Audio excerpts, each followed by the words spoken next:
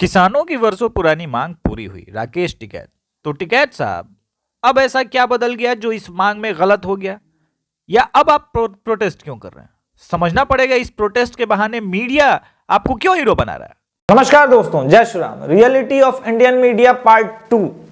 अब इसमें आप देख लीजिए, ये तमाम लोग एक तरफ जो हैं, चाहे वो राजदीप सरदेसाई हो या रवीश कुमार हो या फिर अभिषार शर्मा हो, विनोद दुआ हो, ये लोग कर क्या रहे थे जब कांग्रेस का समय था, आज क्या कर रहे हैं। आज किसान आंदोलन में ऐसे सेपरेटिस्ट को छोड़ने की बात हो रही है जो कि न केवल देश की एकता, अखंडता, संप्रभुता के लिए खतरा बन चुके हैं, बल्कि ये अर्बन नक्सल का प्रमुख चेहरा है। सुधा भारद्वाज हो या फिर गौतम नवलखा हो या फिर उमर खालिद हो या खालिद सैफी हो, इन लोगों ने किया क्या? शाहीन बाग से लेकर के हर समय क्या किया? इन्होंने भारत को अनस्टेबल करने का हमेशा प्रयास किया। ये वो चाइनीज एजेंट हैं जिन्होंने भारत में हमेशा भारत में रह करके चाइनीज लोगों का समर्थन किया है। रवीश कुमार तो चाइनीज प्रोडक्ट तक बेच रहा था, जब ये एक तरह का मार्केटिंग एजेंट टाइप का काम कर रहा था जब कोरोना टाइम आया। अच्छा, वैक्सीन आगे नहीं लिए, बताइए पीपीई किट काहे नहीं मंगा ले रहे हैं चीन से? बताइए वेंटिलेटर्स नहीं है, चीन से ही काहे नहीं मंगा ले रहे हैं? चीन सबको दे रहा है, आप भी खरीदिए चीन से। जैसे होता है ना कि अमेजॉन पे सोशल मीडिया इन्फ्लुएंसर होते हैं, वैसे ये पत्रकार इन्फ्लुएंस करने का काम कर रहे थे, वो भी मोदी को। वो खुद गुजराती है, वो इतना बड़ा व्यापारी है। अब किसान आंदोलन के नाम पे पहले एमएसपी क्यों नहीं दिया जा रहा है? बताइए, एमएसपी का लिखित आश्वासन देने में क्या दिक्कत है? उसके बाद ये चिल्लाने लगे। अच्छा बताइए, कारपोरेट फार्मिंग में किसान जो है वो जा ही नहीं सकता यार, कोर्ट नहीं जा सकता। वैसे ये वास्तविकता नहीं थी, फिर भी अमित शाह ने बोला आओ मैं लिखित में देता हूं। अब ये कह रहे हैं नहीं, आप उमर खालिद को क्यों नहीं जेल से छोड़ रहे हैं? आप खालिद सैफी को क्यों नहीं छोड़ रहे हैं भाई?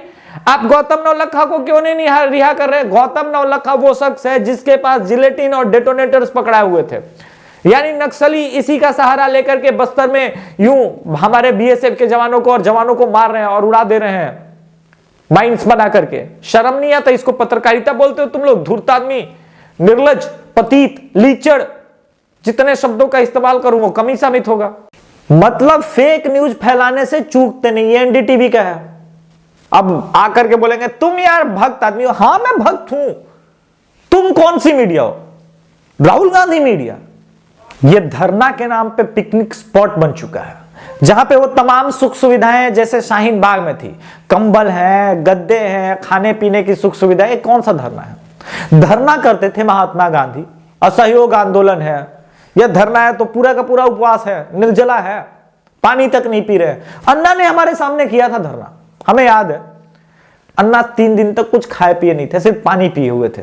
इसको कहते हैं धरना। मैं देखना चाहता हूं किसानों को, है दम तो करके बताओ।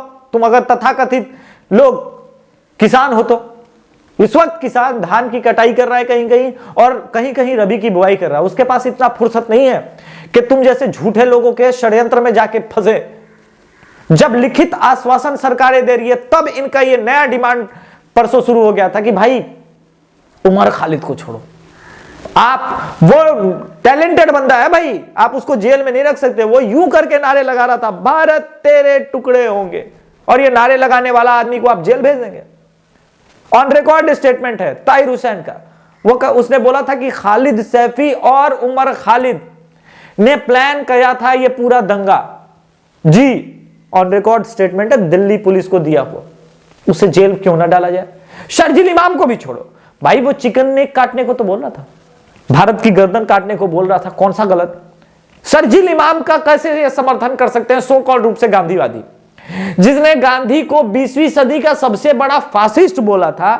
अब ये गांधीवादी आंदोलनकारी कह रहे कि शर्जील इमाम को छोड़िए भाई, वो संत आदमी था, गांधी फासिस्ट था, शर्जील इमाम का हम समर्थन करते हैं, वो 20वीं सदी का सबसे बड़ा फासिस्ट था।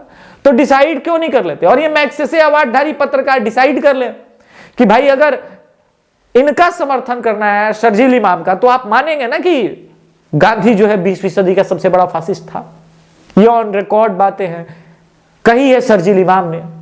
वो जेल में है, उसे क्यों छोड़ा जाए? उस पर 5 स्टेट की पुलिस लगी हो, क्यों उसे छोड़ दें? कोई रीजन नहीं बनता, उसे जेल में ही रहना चाहिए। मैं तो कहता हूं उसे, ऐसे लोगों को ही मौत मिलनी चाहिए, सजाए मौत। ये लोग भारत देश के लिए हितकर नहीं है। मैं क्यों देखूं इसमें हिंदू कौन है, मुसलमान क्यों है, सिख कौन है? ये सब गद्दार है।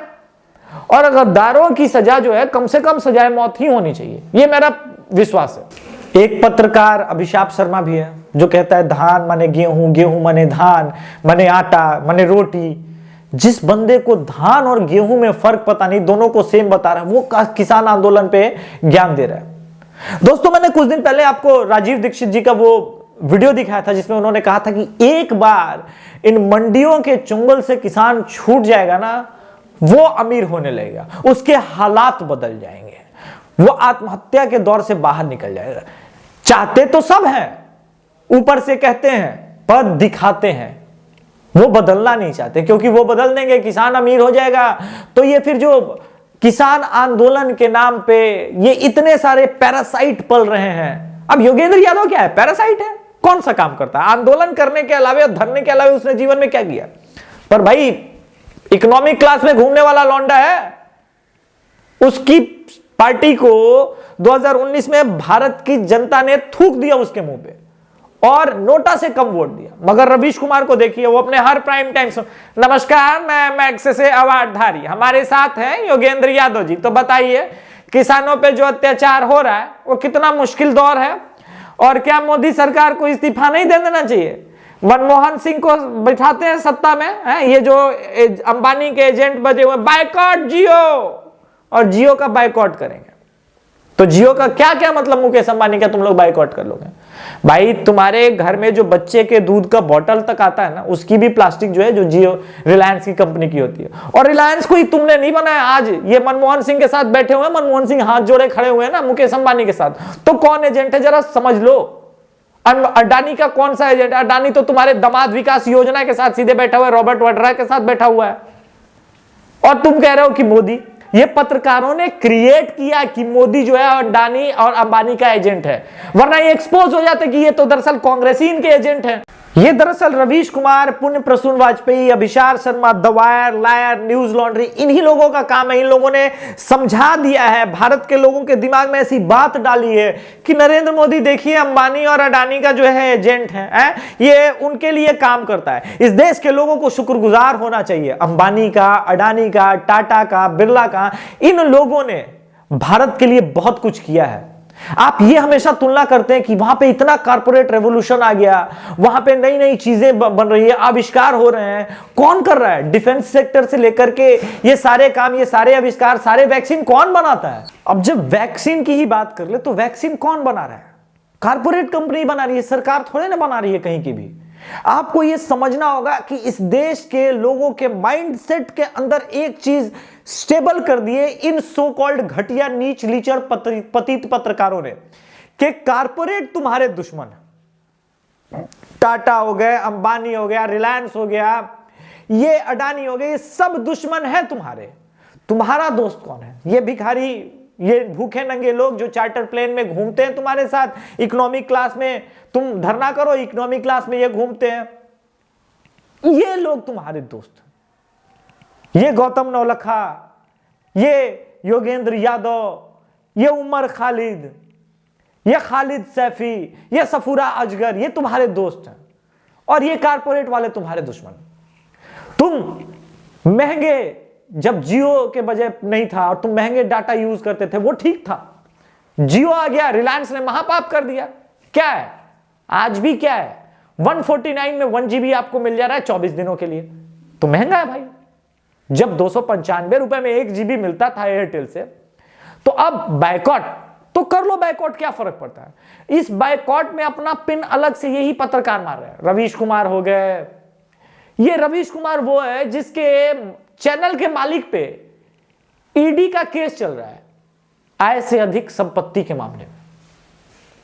प्रणव रॉय पे दूसरों को ज्ञान देंगे, इनके भाई पे खुद कई केसेस चल रहे हैं, चुनाव भी हार गए हैं, दूसरों को ज्ञान देंगे। इनकी बहन पे, अपनी सगी बहन पे केसेस चल रहे हैं, दूसरों को चैनल पे आके प्राइम टाइम में ज्ञान देंगे। नमस्कार, मैं मैक्स से अवार्डधारी, हमारे साथ है योगेंद्र यादव। किसानों के हित की बात करेंगे, देश की बात करेंगे। देश की बात में हम आपसे पूछना चाहते हैं योगेंद्र यादव जी, ये जो एमएसपी पे बात हो रही है, और हम तो देख रहे हैं कि अंबानी आपका जमीन लूट लेगा, अब उस पे योगेंद्र यादव मुंह बनाएगा ऐसा। देखिए रवीश जी, ये जमीन जो है किसानों की है, लेकिन मोदी जी और अमित शाह जी जो है वो अंबानी के और अडानी के गोद में जाके बैठे हैं। ये सारी जमीन लूट लेंगे। और सारी जमीन हरियाणा की लूटी किसने है? दामाद विकास योजना श्री रॉबर्ट वाड्रा ने। ये गजब की पत्रकारिता चल रही है भाई साहब, और ये इसी देश में हो सकता है। और ये ऐसी पत्रकारिता लगातार कर रहे हैं। और फिर बताइए, इस प्रकार की फासिज्म की मैं आज बात इसलिए कर रहा हूं कि हिटलर भी मोदी जितना ही फासिस्ट था। अच्छा, मोदी जितना फासिस्ट था और मोदी के खिलाफ तुम इतना बोल लेते? हिटलर के खिलाफ जो बोलता था उसे गोली मरवा देता था। मोदी के खिलाफ पिछले 6 सालों से अनाप शनाप फेक न्यूज और अनाप शनाप झूठा प्रोपेगेंडा तुम लोग खुल के रच रहे हो। मोदी ने तुम्हें क्या बोला? तुम्हें क्या करने से मना किया जो तुम मोदी को फासिस्ट बोल रहे हो? ये मोदी सरकार के आगे तुम 3 महीना तक शाहीन बाग कर लेते, ये झूठा फेक नैरेटिव वाला किसान आंदोलन कर लेते अगर मोदी हिटलर जितना फासिस्ट होता तो। मगर भाई साहब, मैग्सेसे अवार्ड इसीलिए तो मिला है, जम के दलाली कीजिए। आपके भाई साहब कांग्रेस से नहीं जीते, जीतेंगे भी नहीं, और कांग्रेस भी नहीं जीतेगी, 2024 में भी नहीं जीतेगी। जितनी दलाली तुम लोग को करनी है कर लो, जितना झूठा नैरेटिव बनाना है बना लो, फिर भी कोई जिता नहीं पाएगा कांग्रेस को। जय श्री राम।